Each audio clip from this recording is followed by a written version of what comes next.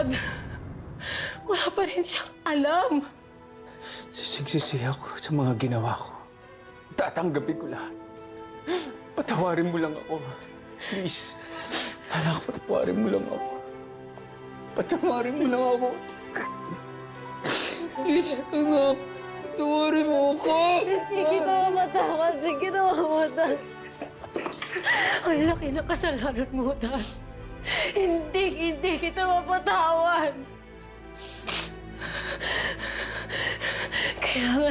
Kailangan malaman to ng nanay ko. Huwag ka pupunta kay Rosel, please. Huwag mong paalam kay Rosel. Magugulo tayo, magugulo buhay ko.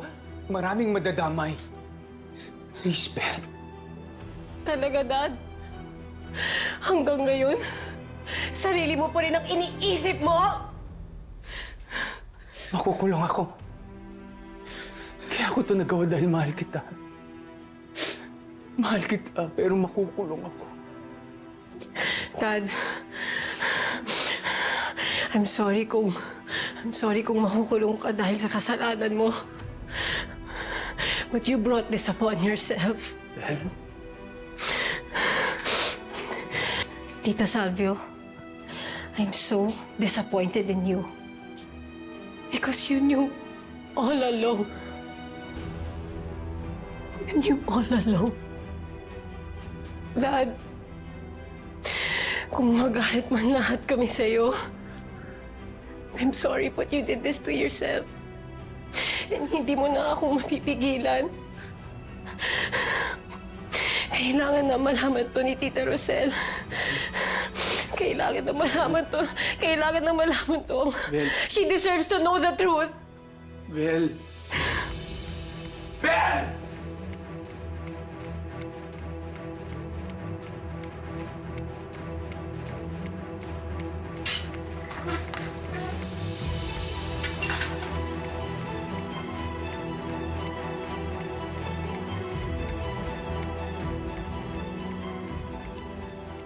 Tali,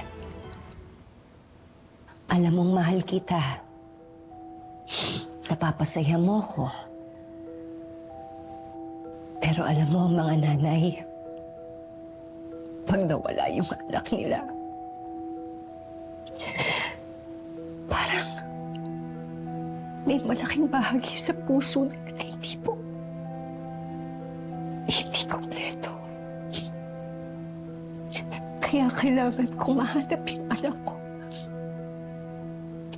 Hindi ako titigil hanggat hindi ko siya nakikita.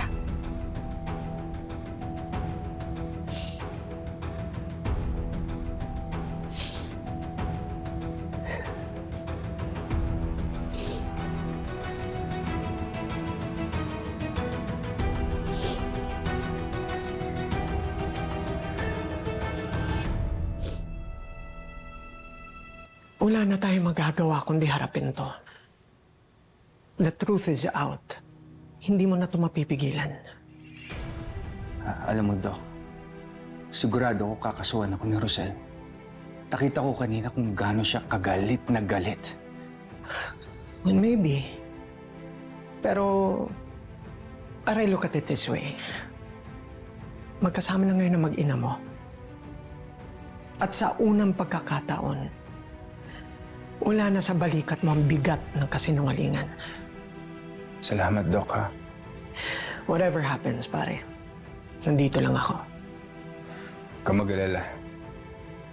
Kahit anong mangyari, hindi kita idadamay. Lahat aakuin ko. Hindi kita papahamak.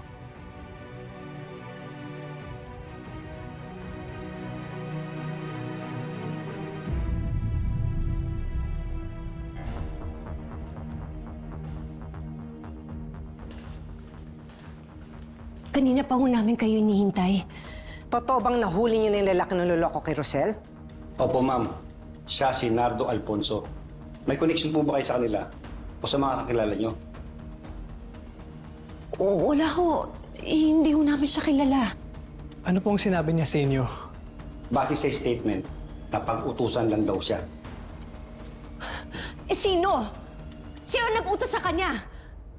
Sino yung walang hiyang taong yun na nag-utos para lokohin ako? Hindi niya rin po kilala. Kinontak lang siya sa cellphone niya at inutusan siyang i-drive yung van patungo sa lugar kung saan kayo nagkita kanina. Hindi ako naniniwala. Ako ang kakausap sa kanya. Hindi ako titigil hanggang di ko nalalaman yung katotohanan. Pupuntahan ko siya! Nay, dito ka muna, Nay. Hindi! Kailangan niyang makulong! Walang kapatawaran yung ginawa niya! Rosel, kakasuhan natin yung Nardong yon. Kaya lang, tauhan din lang siya. Sigurado ako na may tao sa likod ng ginawa niya. At yun ang dapat nating mahuli. Ma'am, patuloy pa rin po ang aming pag-iimbestiga para matukoy kung sino ang nasa likod ng lahat ng ito. Dapat lang! Dahil gusto kong makaharap yung taong nagnakaw sa anak ko. Pagbabayarin ko siya sa bawat oras na ninakaw niya sa amin ang anak ko! Hindi ako titigil. Ang dapat sa kanya makulong. Sinira niya ang buhay namin. Sisirain ko ang buhay niya! Baka walang iya niya. Baka walang iya niya. Hindi ko siya mapapatawad. Hindi ko mapapatawad. Gumawa nun sa akin.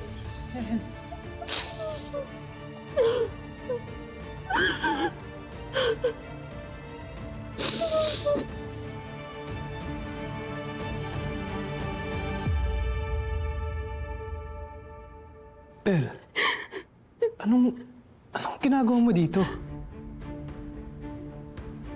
Ben.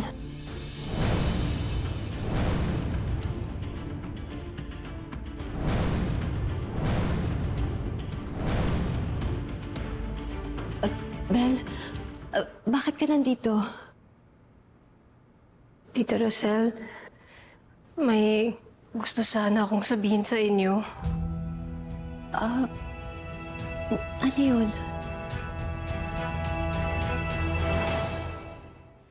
Paano mo ito nagawa, Kuya?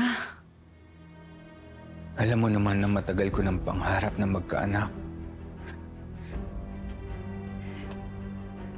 Pero isang nanay naman ang nawalan dahil sa ginawa mo, Kuya. Tapos, si Bel. Kawawa naman siya, Kuya. Alam ko. Kaya nga kita pinatawag dito eh. Hihingi sana akong pabor sa'yo na ikaw muna bahala sa mga anak ko. Sa kambal. Kay Bel at kay Tyron. Kuya.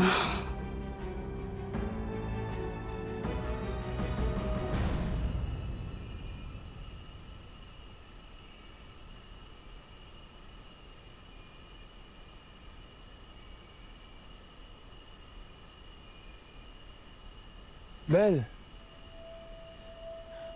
Leslie? Kumusta ka?